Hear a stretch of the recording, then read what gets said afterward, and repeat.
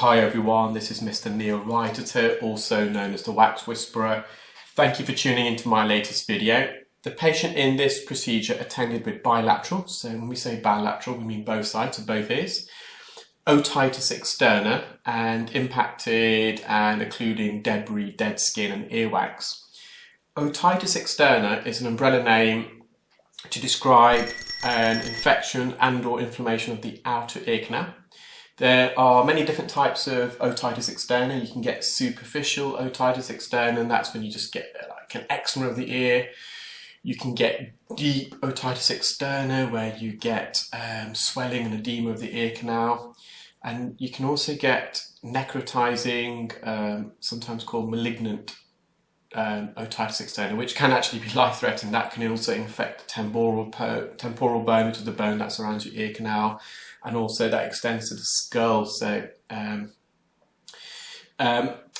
what is the outer ear canal? So what's the outer ear? So the outer ear, your hearing pathway can be segregated into three different distinct parts that are all interconnected, however. So the outer ear consists of the external pinna, the satellite dish, and the ear canal. So that's the outer ear. The function of the outer ear, the satellite dish, is to trap and divert sound waves into your ear canal, and then the sound waves travel through the ear canal to the eardrum. When the sound waves hit the eardrum vibrates, and connected to the eardrum are three little bones, more commonly known as the hammer, anvil and stirrup, but medically they're known as the malleus, incus and stapes. So the middle ear is made up of the eardrum, the three bones that attach to the eardrum, and the eustachian tube, which is a tube that connects the middle ear to the back of the nose. The eustachian tube is a drain pipe, so any fluid that builds up behind the eardrum, it can drain away, but it's also the pressure equalizer. We want the air pressure behind the ear, behind the eardrum and the middle ear to be equal to the atmosphere. So I'll just quickly go back to the procedure. The wax is quite mushy. And with otitis externa, I'm very reluctant to put drops in because we want to keep the ears dry as possible. But with this type of wax, I had no choice. I had to change the consistency of the wax. Therefore, I put some drops in. You can't use an ear hook with this because the ear hook will just dissect, slice through this mushy type of debris, earwax. And a jobson horne, if you use the jobson horne, you will get some chunks out, but this extends all the way to the eardrum, and you can't use the jobson horne near the eardrum. And although you'll remove some of the wax and debris out, the rest of it you'll just smear across the ear canal. It's almost like a knife when you're spreading butter on a slice of toast, and it'll have a similar effect. So I'm just persevering with suction here, and you can see the drops has helped. So yeah, the middle ear is where the sound waves hit the eardrum vibrates, and these vibrations are transferred through the bones, the three bones, and the last bone, so the stirrup, or what we call the stapes, is connected to the organ of hearing called the cochlea. It looks like a snail, and the cochlea is full of fluid and tiny little microscopic hair cells, and these are the sensory cells. So when the stirrup bone, or what we call the stapes, vibrates backwards and forwards, it disturbs all the fluid within the cochlea, the organ of hearing. And the fluid then travels in waves, and the wavelengths depends on the different frequencies of sounds. And as the fluid travels in waves, it causes the hair cells to also vibrate. They kind of shear to one side, and when the hair cells vibrate, they in turn produce an electrical signal which is sent to the brain via the hearing nerve, so the auditory nerve, which is the 8th nerve, and then our brain, the auditory cortex, and in most people the auditory cortex is on the left hemisphere of the brain, so the left side of the brain, especially if you're right-handed, and sometimes it can be inverse if you're left-handed, and that's where you process sound. So if you have an infection on the outer ear, we call that otitis externa. If you have an infection in the middle ear, we call that otitis media, so media middle. And then if you have an infection of the inner ear, there could be many reasons for that. It's normally viral, something like labyrinthitis, which is a viral infection of the balance or hearing nerve. So you can see we managed to get the earwax off the eardrum. So I just wanted to explain some of the anatomy there. I know a lot of the viewers are really enjoying some of the explanations. I'm trying to explain it in a way where it is understandable. Hopefully I'm achieving that, but at the same time, I know there's a lot of medical students, audiological students that watch the video, so hopefully I'm explaining it in a way where everyone can kind of clearly understand. So this, if you remember before, I said with this type of debris, it smears almost like butter on a slice of toast, and you can see there's some smearing there. So, and there's a bit of wax right on the eardrum. It's in the anterior recess, on the anterior quadrant of the eardrum. So near the eardrum, just here, the bone narrows and protrudes out, back outwards again, and you can get debris that gets trapped in that region. And you can see I've delicately used a fine end tip to remove that off the eardrum. And I'm just going to try and mop up as much of this dead skin debris as I can. On the outer third of the ear canal where we are now, that's the cartilaginous portion of the ear canal. That's flexible. It's semi-sensitive, so we can apply some pressure. The inner two-thirds where we are now, we've got to be really, really careful, because all that is in the inner two-thirds of the ear canal is a very thin layer of skin, approximately 0.1 millimeters in thickness, directly attached to bone. So if you make contact with that bone, there's no buffer. So with the outer ear canal, the skin's a lot thicker. It's about 1 millimeter in thickness. You've got some muscle there. In the inner two-thirds, we haven't. So we just got to hover over. See, but the symptoms are completely clear, resolved. You can see the eardrum. So just going back in to mop it up. So we're on the posterior canal wall. So posterior means the back part. And we're probably mid-canal, so probably about 1.5 centimeters into the ear canal itself. And I'm just trying to hover over a little hair strand there, which I've suctioned up. So when you have otitis externa, as I said, it's a bit like an eczema of the ear. Your ear should be slightly acidic in pH, and the acidity in the ear helps inhibit bacterial growth, fungal growth, viral growth. It also acts as an insect repellent. But when you've got otitis externa, your ear changes in pH from an acidic pH, so it's probably between 5.4 and 7.1 on average, to an alkaline pH. So the treatments for the patient is acetic acid. In the UK, you can get that from over the counter, called Ear Calm. Ear Calm is a acetic acid, so it's just designed to re-acidify the ear. Obviously, you need to avoid water. That's for everyone, but especially for people with otitis externa. So just on the left side now, you can see the consistency is a lot different. This is really dry and crumbly. The suction bit was too dry for the suction probe, so I've just used a Jobson horne initially, and we're on the cartilaginous portion. You know that again because of all the hairs, all the hair strands. So the outer third of the ear canal, the cartilaginous portion of the ear canal, that's where all the hair follicles are. So if ever we see hair deep in the ear, we know more or less, we can be pretty sure that the patient has been trimming their hairs, and these hairs are just travelled in deeper into the ear.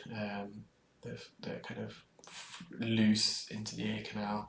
So if ever you do trim your ear hairs, always recommend put a piece of cotton wool. You can put a bit of Vaseline around the edge, just at the entrance, not too far, because you do have to remove the cotton wool out of the ear, and that will just prevent loose hairs going into the ear canal. So just using an ear hook now. So it's quite dry. And it's going to come out in big plugs in a moment. A lot of this is dead skin. It looks like wax, but it's not. It's dead keratin, which is common with, obviously, with eczema. When you've got eczema, you've got dry skin, and this dry skin is just shedded and it's not migrated out of the ear. Instead, it's remained in the ear canal and it's got slightly infected. There's a big plug of dry skin there. I'll just use my fingers to remove it from the bowl. So that bowl at the outer part of the ear canal is what we call the concha. The main body of the bowl is called the cavum concha, and we've got the bowl extends a bit higher up above the ear canal entrance, and we call that the cymba concha.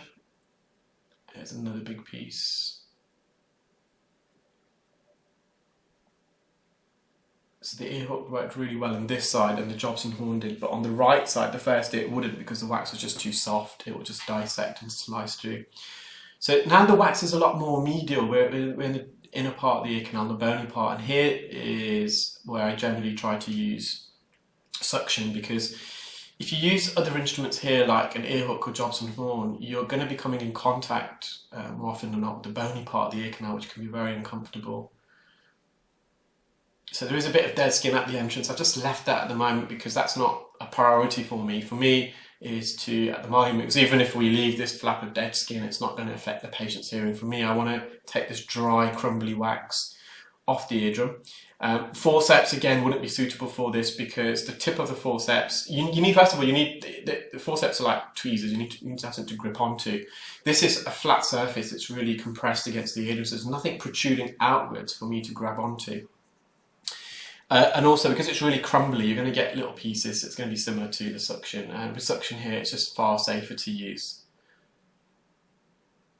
So just let me just tear a bit of this out whilst I'm on my way in.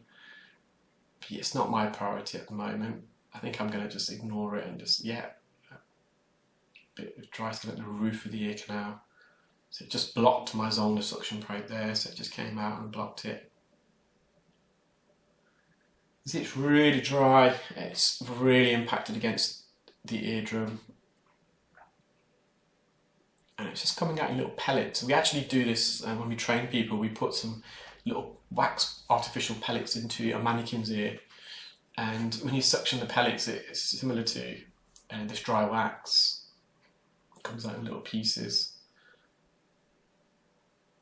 So I think I've got the majority of the eardrum, so I've just now decided just to get this dead skin off the floor of the ear canal. So this is on the floor, the base. So we're just peeling forwards. So I can see most of the eardrums, a little bit of dry wax there, so there's another dry piece I removed. So whenever we approach the eardrum, we have to be very delicate, gentle. The eardrum, so the eardrum's got three membranes. The outer membrane, so what we call the lateral membrane, which is the visible part of the eardrum, that's an extension of the very thin layer of skin that coats the bony part of the ear canal, which measures 0.1 millimeters. The middle layer of the eardrum is a fibrous layer, so you've got some connective tissue there. It gives the eardrum some strength and some rigidity. And then the inner layer, so the membrane that coats the eardrum in the middle ear, so the furthest membrane away from us, that's the mucosa layer, so that supplies all the blood vessels to the eardrum. And the eardrum's very thin, so it's between 0.1 millimeters to 0.015 millimeters, so it is very delicate, but that connective tissue does give it some rigidity, but you do have to be careful. So I'm just using a fine end tip whenever I'm approaching the eardrum. I'm using this fine end tip. It's less traumatic, so you can see in a moment I will be coming in contact with the eardrum. The eardrum will move slightly. If you've got a steady hand and good hand-eye coordination, it doesn't cause any discomfort to the patient. I'm just trying to remove some of this dry skin. Just because the patient was very still, I felt very safe and comfortable. Even if I left that, it wasn't going to cause the patient any problems, but the patient was so still, and actually he was enjoying it. One of the things with otitis externa is that your ear is really itchy, like with most eczema. Because I was in the ear removing all this dry skin, it's almost relieving an itch for him. So I have obviously we've referred this patient to the GP. I have given some over-the-counter treatments as well. But he was just finding it really satisfying because I was accessing parts of his ear that he wasn't able to. Obviously, we don't advise you to scratch your own ear, but that's easier said than done, I know, when you've got eczema. So again, just some dead skin posteriorly. And by removing a lot of this dead skin, when the patient uses the acetic acid that I've recommended, it can penetrate directly on the outer layer of skin. If you've got all this dead skin on top of it, it's not penetrating. So I just want to give the acetic acid the patient's going to get the best opportunity to help resolve his otitis externa. So we're nearly done now. So just some dead skin and anteriorly, so to the front part of the ear canal, just peeling that off. We're near the entrance, so it's quite lateral.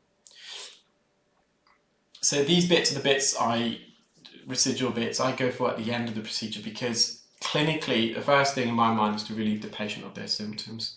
Sometimes you do have to release some of the lateral skin because it's extended and attached to some of the dry skin that's further more medial into the ear canal, but in this case it wasn't. The debris, dry skin, wax was detached from this outer pieces of dead skin, so it wasn't clinically going to improve the patient's symptoms. So this is just a bit of dead skin keratin just on the superior posterior quadrant, which we're just using a fine end tip there. I've managed to get that off.